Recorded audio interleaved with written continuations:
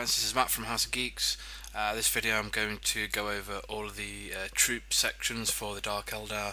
I'm going to go through the transports as well, because the troop section isn't particularly very in depth.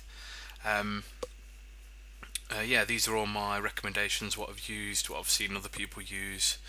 So yeah, hope you enjoy the video. Cheers. Okay, first in the troop section, we're going to have the Carbolite Warriors. They are 40 points each. These are basically your standard troops for your Dark Eldar. And we've got Weapon Skill 4, Ballistic Skill 4, Strength and Toughness 3, 1 Wound, Initiative 5, 1 Attack, Leadership 8, and a 5+ save. Unit types Infantry. Like I said, the 40 points for 5 models. You can increase the squad, and they are 8 points per model. You can also upgrade one to be a Cyberite, which is basically the Sergeant. The Sergeant's got exactly the same stats, apart from he has got 2 attacks and he's Leadership 9. I think that's always quite a good upgrade to take, personally. For 10 points you've got that extra bit of leadership, especially with the 5+ save, because they are going to get shot a lot, and so they are going to be taking plenty of leadership tests, really. So it's always handy to have that, have that +1 leadership. I will go into Trueborn in another video when I do the elite section, but I won't go into them now. But yeah, the Cyberite can have melee weapons from the upgrade list, so I think that'll be a power sword and an agonizer. Personally, I don't think they're worth it. Your Carbolite Warriors, in my eyes, are there for like long to medium range firepower. Really, you don't want to be getting them up close. That's the Witch's job, which I'll get into in a minute. So yeah, personally, I wouldn't really recommend using your 15 points for a power sword or 25 points for an agonizer, because although the agonizer's quite nice to have, 25 points could be spent better elsewhere. You're going to give him Haywires or a Phantasm Grenade Launcher.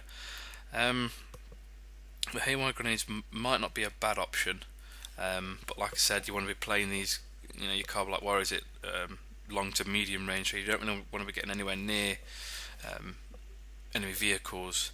But I suppose if your opponent's taking vehicles or assault vehicles and is getting anywhere near you, having that Haywire grenade upgrade could be quite handy, really. So it's one to think about. If you've got a spare 5 points, I'd say take a Haywire grenade. But if you get a chance to take the Haywire grenade on something else, like an assault troop choice, like your witches and stuff, I'd say take it there. But if like I say, if you've got your spare points, take it. The Cyberite can be armed with a splint pistol, which you get for free, or a blaster pistol, which is 15 points. The blaster pistol is not bad. And the downside to the blaster pistols is its range. What we got here? Yeah, range 6 inches. So you see, you've got to be getting up close to things, and because of their armour, and yeah, they don't really want to be getting up close, really, in my eyes. So I wouldn't even bother with a blaster pistol. Even I'd save them points. It's all about maximising the amount of models that you could field, not just upgrading everything to have the best stuff for it to just get blasted away in the first turn of shooting. One of the upgrades here, one Carbolite Warrior may take items from the specialist weapon list. Now this could be quite a good thing. I have seen a lot of people do it.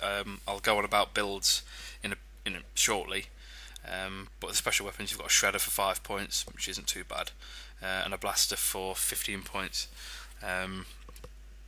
Depending on your build of how you're going to build your Carbolite Warriors, a Blaster might be a good option. I've seen people use squads of 5 Carbolite Warriors with 1 Blaster in a Venom, just flying and shooting stuff. It seems to be quite a popular thing, really, having a Venom spam. But like I say, I will go into builds and stuff shortly. Then we've got another upgrade. For every 10 models in the unit, Carbolite Warrior may take a heavy weapon. Now that's quite another good thing really. I mean, they can have a splinter cannon or a dark lance. Splinter cannon in my eyes is probably the better option for them. Um, Basically because if you put them in a raider, they'll be able to fly around, shooting off lots of poison range weapons really. Dark lance isn't so bad, but it's heavy, so you kind of got to stand still, and you can obviously move and shoot, but you snap firing on sixes. But yeah, 20 points for the dark lance.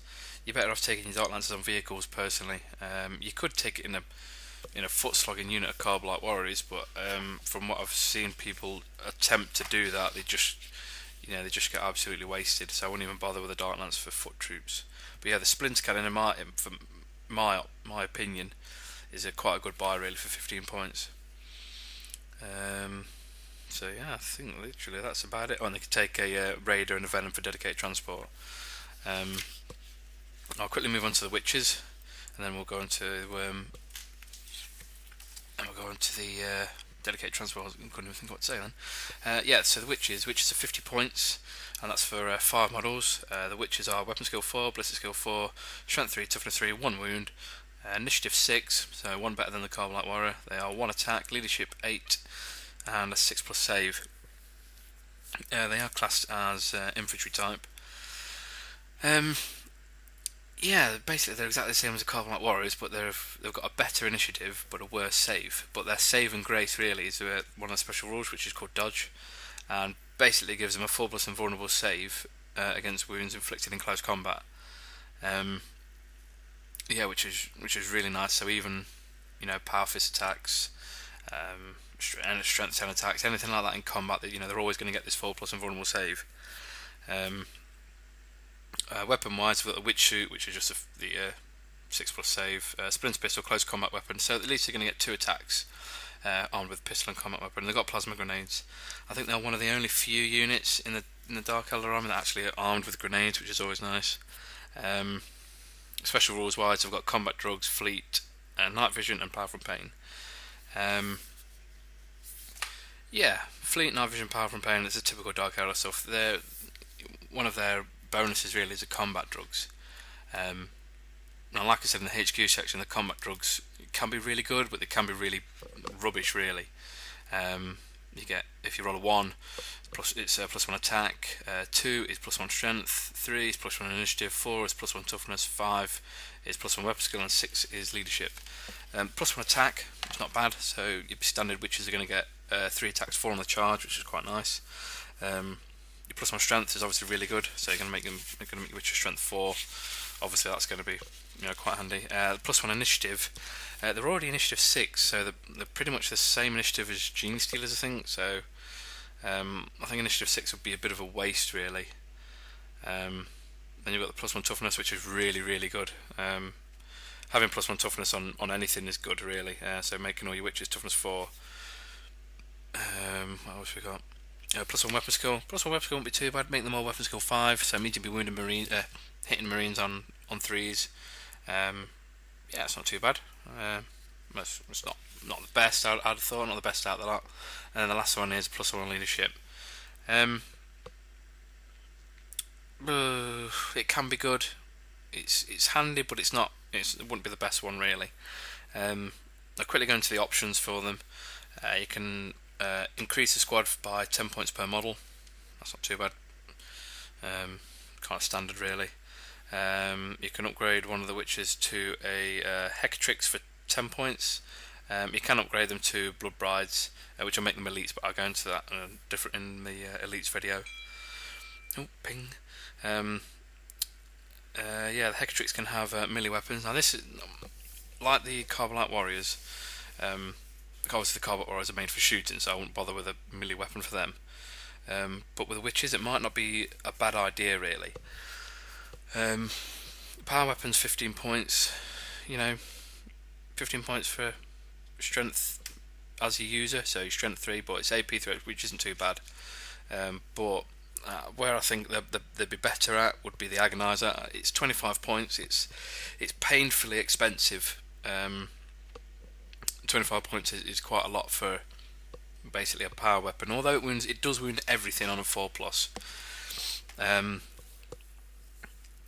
I myself have given my Hecatrixes agonizers, because if I do take my witches, their sole purpose is to tie up things like Terminators, Riptides, monstrous creatures, basically things like that. So they're going at the 4+ invulnerable save in combat, but at least if you've got the Hecatrix in there, she's able to actually wound it for starters, which is always handy. The Hecatrix has got 2 attacks, so she's got combat weapon and pistol, so that turns into 3 attacks. So she's got 4 attacks on the charge. So against like a Wraith, Wraith Knight, she's going to be hitting it on 4s, and she's going to be wounding it on 4s, and it won't get a save because it's only got 3+ save. So, what is she? She's Hecatrix is what, 10 points plus 10, so 20 points, 25 points for the Agonizer. So we're talking 45 points model, basically whittling down a Wraith Knight. I think it's quite good, really. Hecatrix can take replace their Splinter Pistol for a Blast Pistol for 15 points. It's not bad, it's not a bad upgrade. I still think you'd be better off just taking the Agonizer and leaving the Blast Pistol, personally. The other option is to take a normal combat weapon and actually take the Blast Pistol, but then she's shooting, really. I'm a big believer that the witches are there for combat, not for shooting. If you want to take shooting stuff, go Carvel Warriors. If you want to take combat stuff, go witches. So me personally, I won't bother. You can give a Haywire Grenades or a Phantasm Grenade Launcher. Haywire Grenades are I think pretty much an auto include, really, for your witches. In the previous codex, I think the entire squad used to be able to take Haywire Grenades, which was absolute filth, because they just used to run into whatever vehicle they wanted to and just wreck it in turn 1. On this new codex edition, they took that out, so only the Hecatrix can have one, which I know a lot of people really moaned about. I was obviously a bit disheartened by it, but I completely understand why they did it, because people were just running around 5-man squad, 5-woman squads, I suppose, of witches, running up to land raiders, hitting them on 3s, and just haywiring it to bits, which was really nice, but obviously not if you're on the receiving end. It's not particularly very nice. So it's quite good. They actually did change it. But yeah, I still think the Haywire Grenades are a really good choice, for 5 points as well. One witch, may take items from the Witch Cult weapon list, unless the squad is 10 or more, which you can take up to 3 of these special weapons. Personally, looking at the list, let's have a quick flick through here. You've got 2 Hydra Gauntlets for 5 points, 2 Razor Flails for 5 points, Shard Net and Impaler for 5 points. Personally, I think your 5 points would be better. It's definitely getting that Haywire Grenade for your Hecatrix all day, really. I think that's a must-have. Let's have a look. Shard Net and Impaler. The strength is, as user, it's AP 5. The Impaler is melee, and it's got the Impale special rule. And if you've got a Shard Net and Impaler, it is melee, and it is a ritual pair. And the ritual pair special rule: a model fighting with a Shard Net and Impaler always gains a +1 attack with fighting with more than 1 melee weapon. So you get +1 attack. That's not too bad. Model fighting with a Shard Net and Impaler rerolls all to hit and to wound rolls over 1 in close combat. It's not bad, but I still think being able to wound, to penetrate vehicles on a 6 and to glance them on a 2 to 5 is, trumps that, being able to reroll 1s in combat. Your Razor Flails are strength as user, AP 5, melee, Blade Whip, specialist weapon. Blade Whip allows you to reroll all failed rolls to hit in close combat. See, that's not too bad, but again, it's only that one model. If you've got 10, if you've got less than 10, you can have 1. You see, again, because if you've got 10 models, you're going to have at least, you can have 3 special weapons, so that's 15 points, where you want to be spending that 5 points on a haywire grade and that 10 points on another upgrade for something else. So again, I mean, don't get me wrong. You know, if you people have tried these combinations out for the witch cult weapons, you know, comment and let me know what you think. But me personally, I'd definitely spend that 5 points on the haywire grenade, and other points elsewhere. And then obviously they could take a raider and a venom for dedicated transport. So I'll quickly get onto the dedicated transports, and then I'll have a quick chat of builds and stuff. Okay, the raider. The raider comes in at 55 points. It's ballistic skill 4. It's front, side, and rear armor 10. And it's got 3 hull points. And I will quickly say this: if you don't like the fact that Dark Eldar have got weak armor, you don't want to be collecting Dark Eldar, because it's all about maneuverability and speed than taking the brunt of things. If you want to be taking brunt, brute force vehicles and things like that, you want to be going obviously Space Marines with the Land Raiders, Orcs with their the big trucks, Imperial Guard with the Lehman Russes. Dark, it's all about speed and all about getting across the table, getting into position, like pinpoint accuracy kind of thing. Really, like if you're a surgeon, really, you're using a scalpel, which is a precise cutting instrument, rather than orcs, which would just be a wood chopping axe, which is just a blunt thing you're just swinging hard all the time. So yeah, now that's out of the way anyway. Unit type is skimmer, fast, open top, and it's a transport. War gear, it's got a disintegrator cannon, which I believe it is range. I think it's range 36. I think the disintegrator cannon. Yeah, range 36, strength 5, AP 2, heavy 3. So yeah, it's not too bad really. Strength 5, so it's going to be wounding Terminators on 3s. Well, it's going to be killing Terminators on 3s because it's AP 2, and it's heavy 3. So on your ballistic skill 4, you're gonna miss once out of the 3 on average, but hit twice. Upgrade wise, you could replace the disintegrator cannon for a dark lance for 5 points. Now I think this is just a preference really. Me personally, I do swap that cannon out for the Dark Lance, for the simple fact, well, one of the main facts is that all of my raiders are just glued Dark Lances on them all. I could easily take them out, but it's just a lot of hassle really. But another reason why I prefer the Dark Lance is because it's Dark Eldar haven't really got a massive amount of long range anti-tank, and having that extra Dark Lance on your raiders and stuff, it can really help. When your Dark Lance is coming in at range 36, strength 8, AP 2, heavy 1 lance. So although it's only 1 shot per turn, it's making everyone's armour, at least that's over 12, is making it 12. So on, what's that? Strength 8. So you're glancing on 4s, penetrating on 5s, and your AP 2, so you're getting +1 to your damage roll. Yeah, I mean for 5 points, I think it personally, depends on how you're building your army. I think your Dark Lance really is a really good choice. Like I said earlier on, if you don't agree or you do agree, just put a comment in the comment section. And tell me the experiences you've had and what you think of them really. And then other upgrades they can have are, where are they?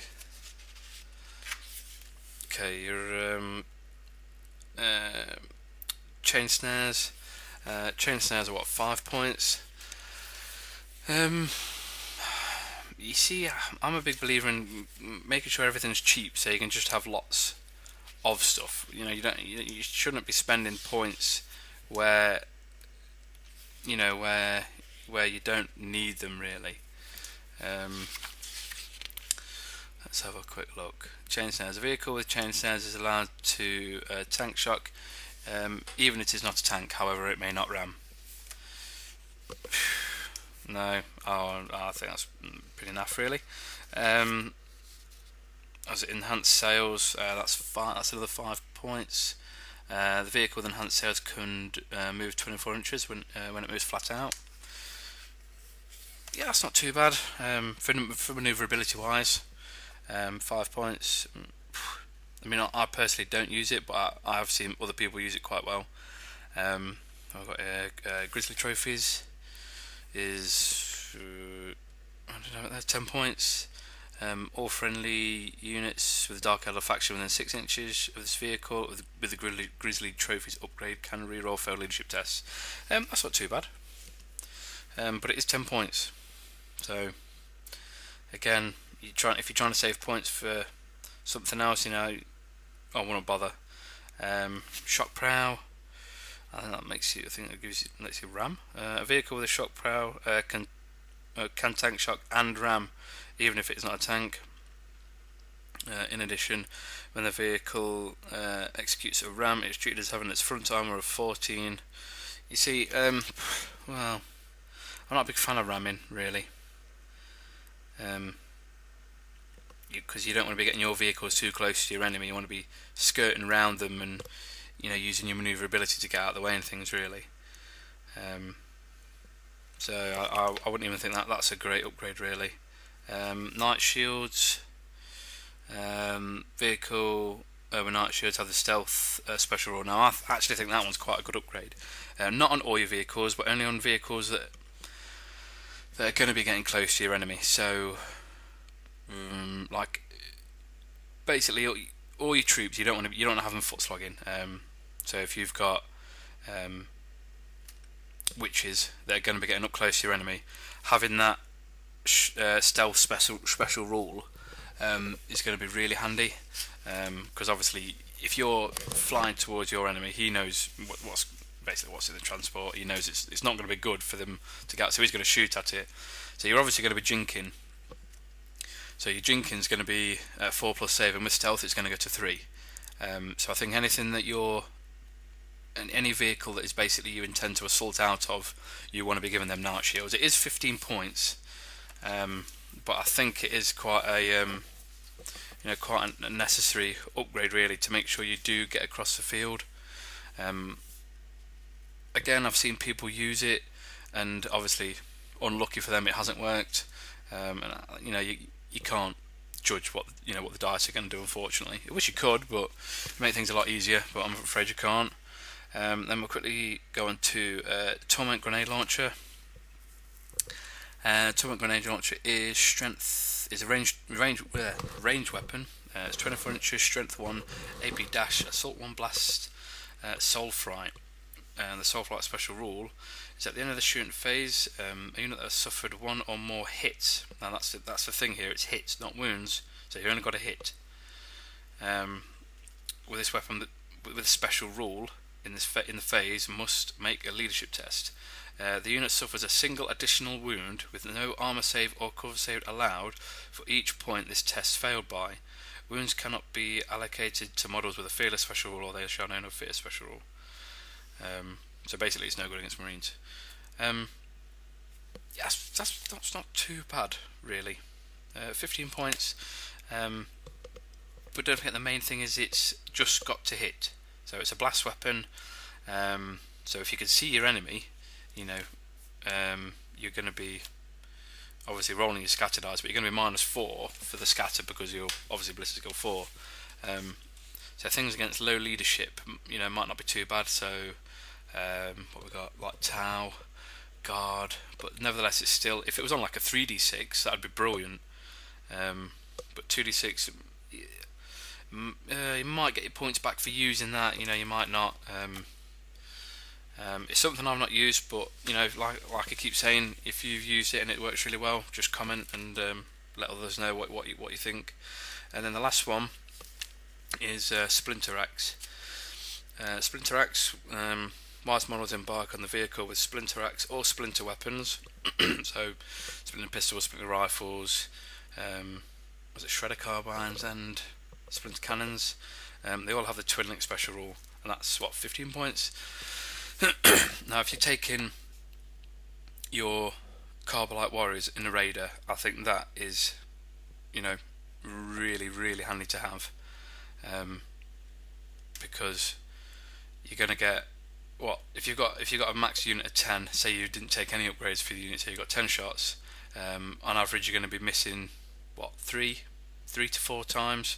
With that reroll, you're going to be hitting. You're only going to be missing once or twice, really, which I think is going to make its points up. Pretty sharpish, really.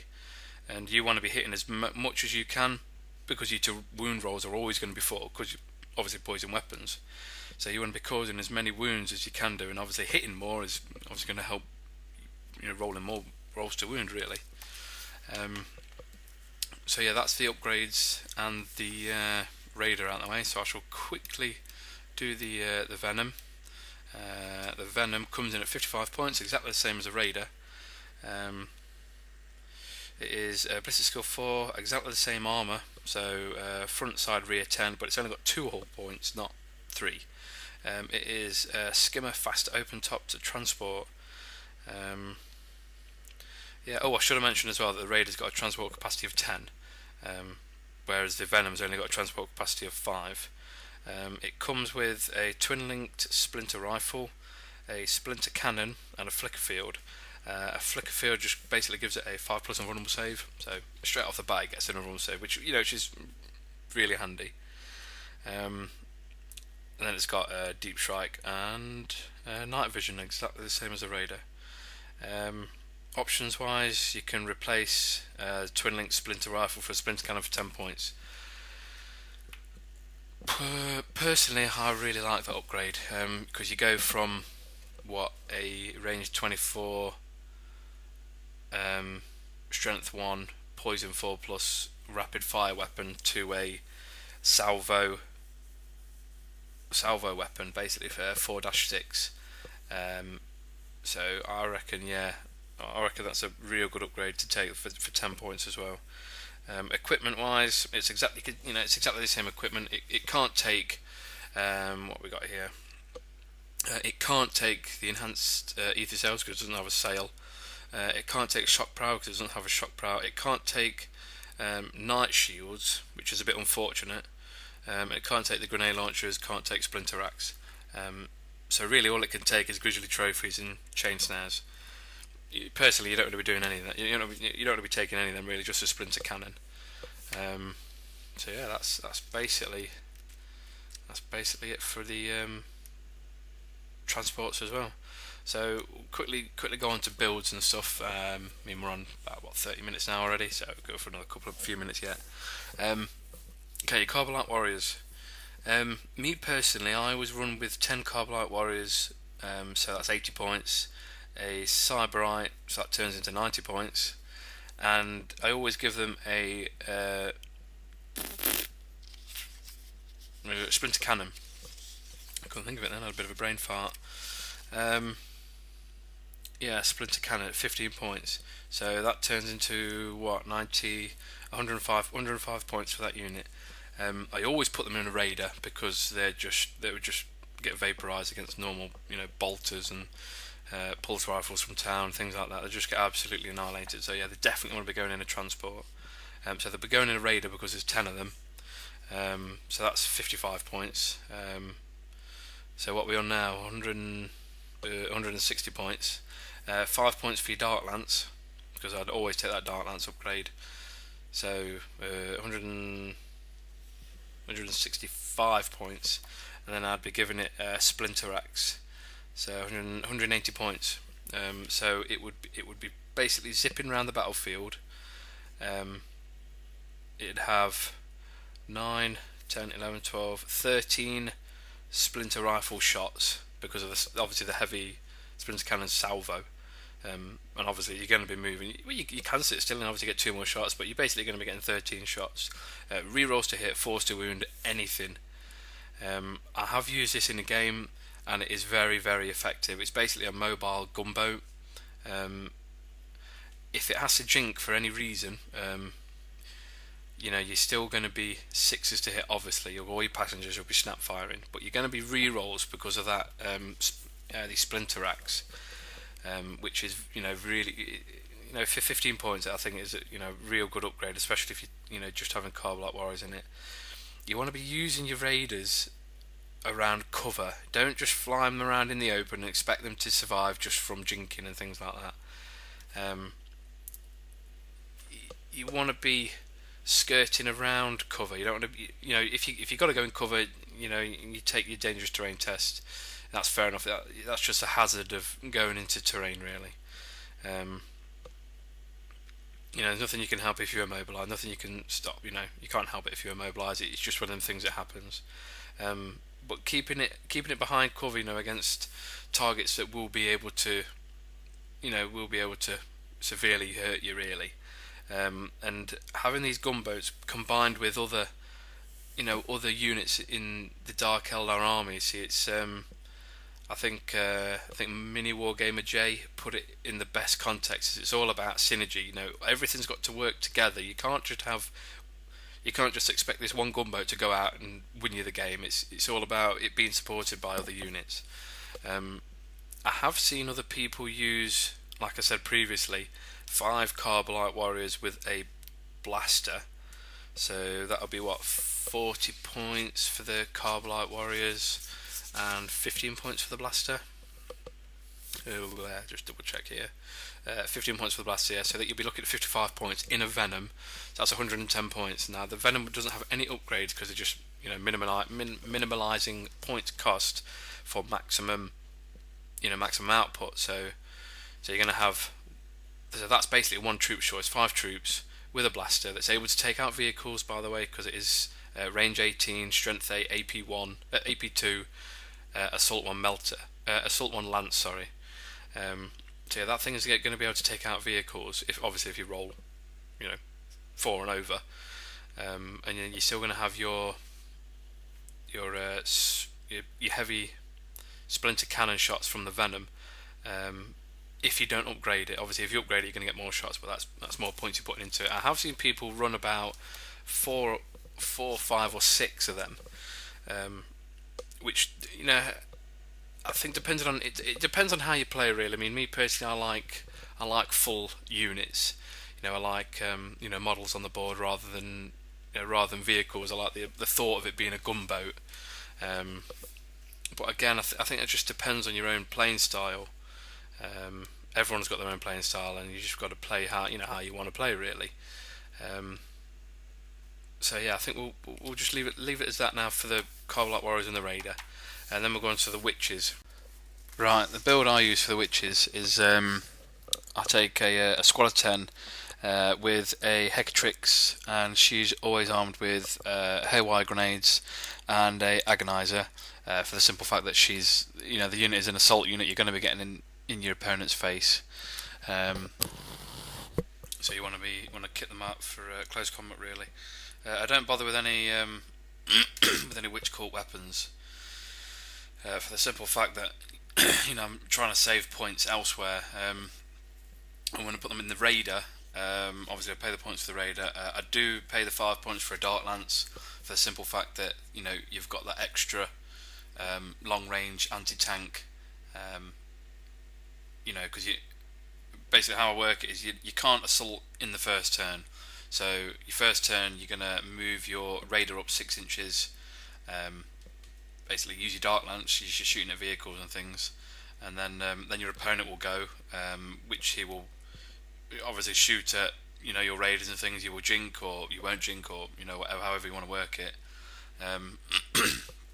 That's if he doesn't move towards you. So if he stands still, you're already 6 inches closer to him, so you're 18 inches away at the minute, and then you're going to move another 6 inches forward in your phase, so you're 12 inches away, and your troops will disembark, and your disembark range is 6 inches, so you've kind of moved 12 inches in that phase, so you're now only 6 inches away from your opponent. So with your fleet, you'll be able to re-roll your charge, so you should being able to get into combat round 2. Obviously, the downside to being in combat round 2 is you're only going to have a feel no pain of 6+. But like I said in my previous video about HQs and things, you're able to take special characters, not special characters, sorry, like Homunculus, who's able to increase the feel no pain turn by 1.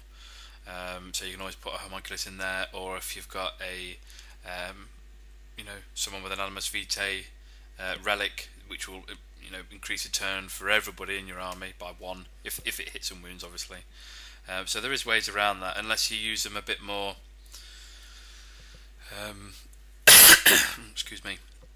Yeah, unless you use them a bit more reserved. So, you know, maybe get them into combat third turn, or have them like midfield and having them to counter your opponent's assault units. Um, but if you're against people with riptides, monstrous creatures that are devastating shooting attacks, like wraith knights, wraith lords, things like that, you want to be getting them into combat really that second turn, because of your invulnerable save, your 4+ invulnerable save. I have seen people use them in smaller units of 5, with a Hecatrix that has a Haywire Grenade, no other upgrades, in a Venom. So you've got 50 points for your Witches, 10 points for your Hecatrix, like 60 points, 5 points for your Haywire, 65 points. Then you're going to have your Venom, which is 55 points, so 65. So what's that? 120 points for a unit that's just, it's very mobile. It's able to fly around. It's in a Venom, so it's going to have at least one splinter cannon. So you're going to have six shots from that, and then you've got your twin link splinter rifle on that as well. So every little helps, I suppose. So 6, 7 shots, 8 if you're close enough to use a rapid fire. And then you've got obviously a unit inside, and basically how that would work is your unit of 5, your Hecatrix is your bread and butter really. The other 4 are just extra wounds for your Hecatrix, and you're basically sacrificing them to get your Hecatrix into combat with into vehicles for you basically using the Haywire grenades, or you can keep them embarked on the Venom and actually just throw the Haywire grenade out, which works. But for that to work, you're gonna have to be 6 inches away from your opponent. I think it's 6 inches to throw a Haywire grenade, 6 or 8 inches anyway. But the only problem with that is you're going to be close enough for your enemy to rapid fire at you, and being in an armor 10 Venom with a 5+ invulnerable save or 4+ cover, and there's no way to increase that cover, because obviously you can't give it night shields or anything like that. It's a bit of a balancing act really for Witches. Like I said earlier on, they did take a big hit where you used to be able to give them all Haywire grenades, but you just have to roll with the punches really. But yeah, that's about it really. That's all I can really say about troops and transports. Next video I'll be doing will be elites. I might split that video into 2, because there's 6 elite choices, including obviously the Trueborn and the the Blood Brides. So yeah, keep an eye out for that video. I hope you've enjoyed it. I hope you've learned something. By all means, please comment on the video, so I can learn something. I'm still learning about Dark Eldar. I've only played a few games. I've seen a few games of people playing them. So yeah, that's about it. Thanks for watching the video, guys. Hope to see you again next time.